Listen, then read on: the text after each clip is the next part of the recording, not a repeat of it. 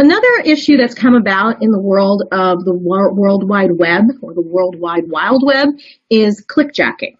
And clickjacking is a really clever trick that basically layers bad code on top of legitimate designs. So to the user, they're looking at a familiar page. It's one that they trust.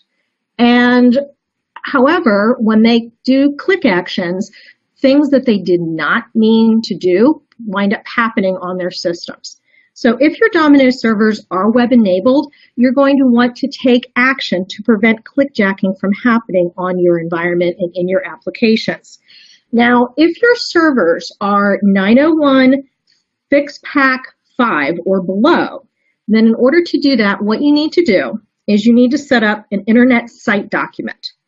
Next, you'll set up your Domino server document to use that internet site document. Next, you create a website rule using the settings that are listed here in this website rule screenshot.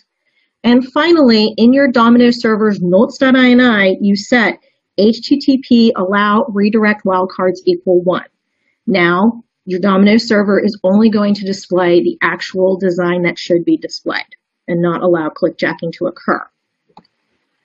Now, if you take the action and you upgrade your Domino server to FixPack 6 or above, you can still go ahead and do the steps that we just discussed.